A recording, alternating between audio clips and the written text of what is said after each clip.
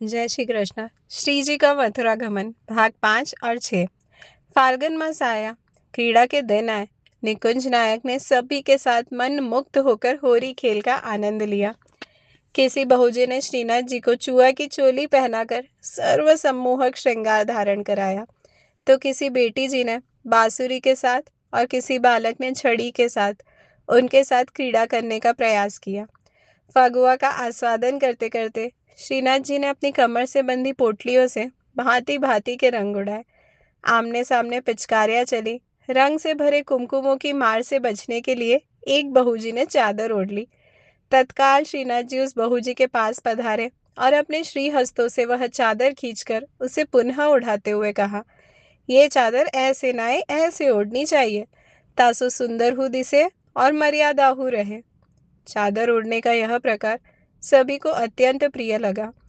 प्रत्येक बहू जी और बेटी जी बारी बारी से श्रीनाथ जी के पास पधारी और उनके श्री हस्तों से चादर ओढ़ने की यह नई रीति सीखी। बस तभी से वल्लभ कुल परिवार के जनाने में चादर को एक विशिष्ट ढंग से ओढ़ने की परंपरा प्रारंभ हुई, जो आज तक अक्षुण्ण बनी हुई है। ऐसे दिव्यानंद का अनुभव कर रहे श्री गिरधर जी हर्षावेश में भाव विभोर हो उठे और अपना सर्वस्व श्रीनाथ जी को समर्पित कर दिया। परिवार के प्रत्येक सदस्य ने अपनी अपनी वस्तुओं को श्रीनाथ जी के चरणों में अर्पित कर दिया। उसी समय एक बेटी जी, कमला बेटी जी के पास भूलवश सोने की एक नथ रह गई, तो श्रीनाथ जी ने स्मरण कराकर वह नथ भी मंगा ली। केवल अंग पर धारण किए हुए वस्त्रों के साथ ही सभी घर से बाहर निकल गए और समस्त स्थावर जंगम संपत्ति श्रीनाथ जी को समर्पित कर दी। मथुरा के 7 घरा में श्रीनाथ जी को समर्पित किए गए इस नथ सहित समस्त आभूषणों को एक सुंदर पिछवाई में मर दिया गया था। आज भी प्रत्येक दीपावली के दिन श्रीनाथ जी को यह पिछवाई अर्पित की जाती है।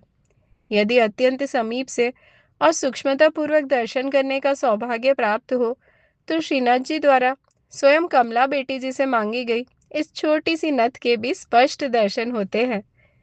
श्रीनाथ जी के दर्शन के लिए पधारे आगरा के भाणा कपूर नामक एक संपन्न क्षत्रिय वैष्णव ने इस अलौकिक सर्व समर्पण के प्रसंग को प्रत्यक्ष देखा और अत्यंत प्रभावित हो गए। उन्होंने तत्काल श्री गिरधर जी से विनय पूर्वक निवेदन करके परिवार के प्रत्येक सदस्य के लिए नवीन वस्त्र एवं आभूषण तैयार करवाकर उन्हें अंगीकार कराए। इस प्रकार भाणा कपूर ने अपने द्रव्य की दैवीय भावना का परिचय देकर गुरु भाव को पुष्ट किया। कुछ दिन इसी प्रकार घर में आनंद प्रमोद पूर्वक व्यतीत हुए। उसके पश्चात एक दिन श्रीनाथ जी ने बाल हट किया। मुँह को मथुरा की प्रजा और वहाँ के खेल तमाशे देखने हैं, मुँह को बाहर घूमने ले चलो। श्री गिरधर जी ने विनम्रता पूर्वक निवेदन किया, बाबा, यहाँ मथुरा में जातियों का बहुत उपद्रव चल रहा है, इसलिए आपका बाहर पधारना उचित नहीं है। पर श्रीनाथ जी भी अपने हट पर अटल रहे। अंततः श्री गिरधर जी ने एक मध्यम मार्ग निकाला। उन्होंने घर के भीतर ही मथुरा की प्रजा तथा उनके खेल तमाशों का दर्शन कराने की व्यवस्था कर दी। श्रीनाथ जी प्रसन्न हो गए। मथुरा की पचरंगी प्रजा के विभिन्न व्यक्तियों के गान वादन, उनकी वेशभूषा, उनके रीति रिवाज आदि सब कुछ स्वांग के माध्यम से वेशधारियों द्वारा शयन दर्शन के समय ही घर में ही प्रस्तुत किया गया और इस प्रकार श्रीनाथ जी को रिझाया गया।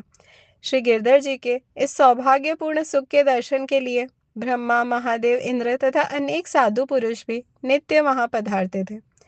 जिस स्थान पर परब्रह्म श्री कृष्ण स्वयं साक्षात रूप से स्वच्छंद क्रीड़ा करते हैं, वहां देवताओं का भी नित्य और स्थायी निवास रहता है। इसी कारण आज भी स्वांग में ब्रह्मा, महादेव आदि के मुखौटे धारण करके उन दिव्य स्वरूपों के आगमन का स्मरण किया जाता है। तभी से संप्रदाय की प्रमुख हवेलियों में फाग के दिनों में शयन दर्शन के समय श्री जी के समक्ष विविध प्रकार के स्वांग लीला के खेल प्रस्तुत किए जाते हैं। जय श्री कृष्ण।